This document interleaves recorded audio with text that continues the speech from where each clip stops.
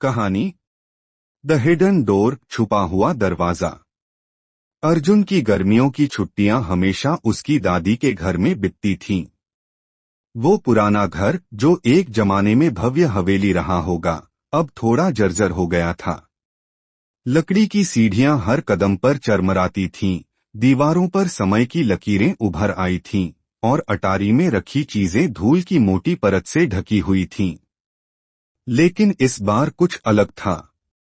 रात के ठीक 12 बजे अटारी में रखी पुरानी अलमारी अजीब तरीके से हिलने लगती थी। पहले तो अर्जुन ने इसे नजरअंदाज किया, लेकिन जब लगातार कई रातों तक ऐसा हुआ तो उसकी उत्सुकता बढ़ गई। एक रात उसने हिम्मत जुटाई और मोमबत्ती लेकर अटारी की ओर चल पड़ा।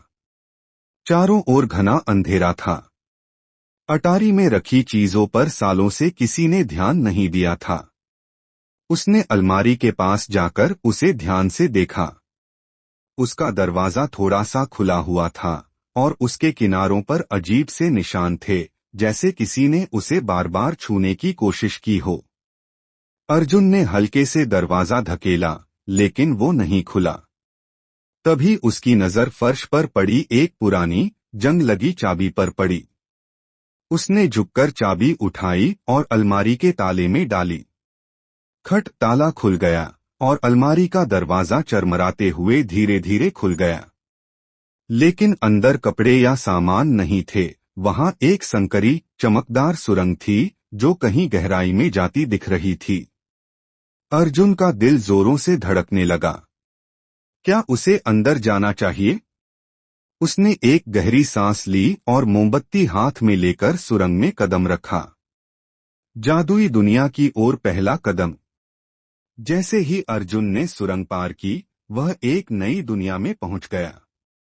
ये दुनिया किसी सपने जैसी थी। चारों तरफ पुराने खिलौने जिंदा थे। टेडी बियर आपस में बातें कर रहे थे, लकड़ी के सिपाही कतार में खड़े थे और गुड़ियाएं झूला झूल रही थीं। कुछ खिलौने तो हवा में उड़ भी रहे थे। तुम कौन हो? एक छोटी सी गुड़िया ने पूछा।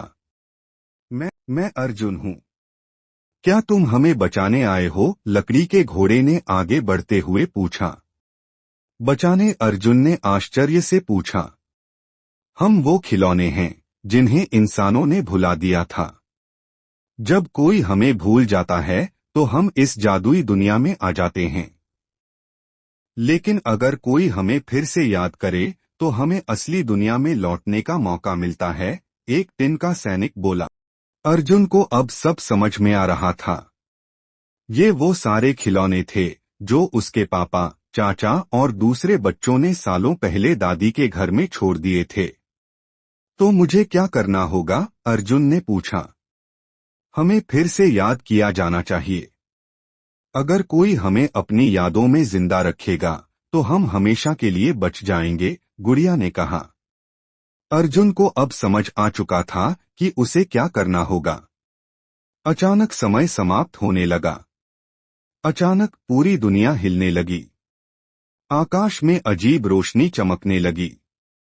दरवाजा बंद हो रहा है, एक खिलौने ने चिल्लाया। अर्जुन ने चारों ओर देखा। उसने तुरंत फैसला किया कि उसे बाहर जाना होगा, लेकिन उसे इन खिलौनों को भी बचाना था। मैं हमेशा तुम्हें याद रखूंगा, उसने जोर से कहा। दरवाजा धीरे धीरे बंद हो रहा था और आखिरी पल में अर्जुन कूदकर बाहर आ गया। अटारी में वापसी। वो हांफते हुए अटारी में खड़ा था। चारों तरफ वही पुरानी शांति थी। लेकिन जब उसने नीचे देखा तो उसकी जेब में एक छोटा सा टिन का सैनिक रखा हुआ था। उसने मुस्कुराते हुए उसे उठाया।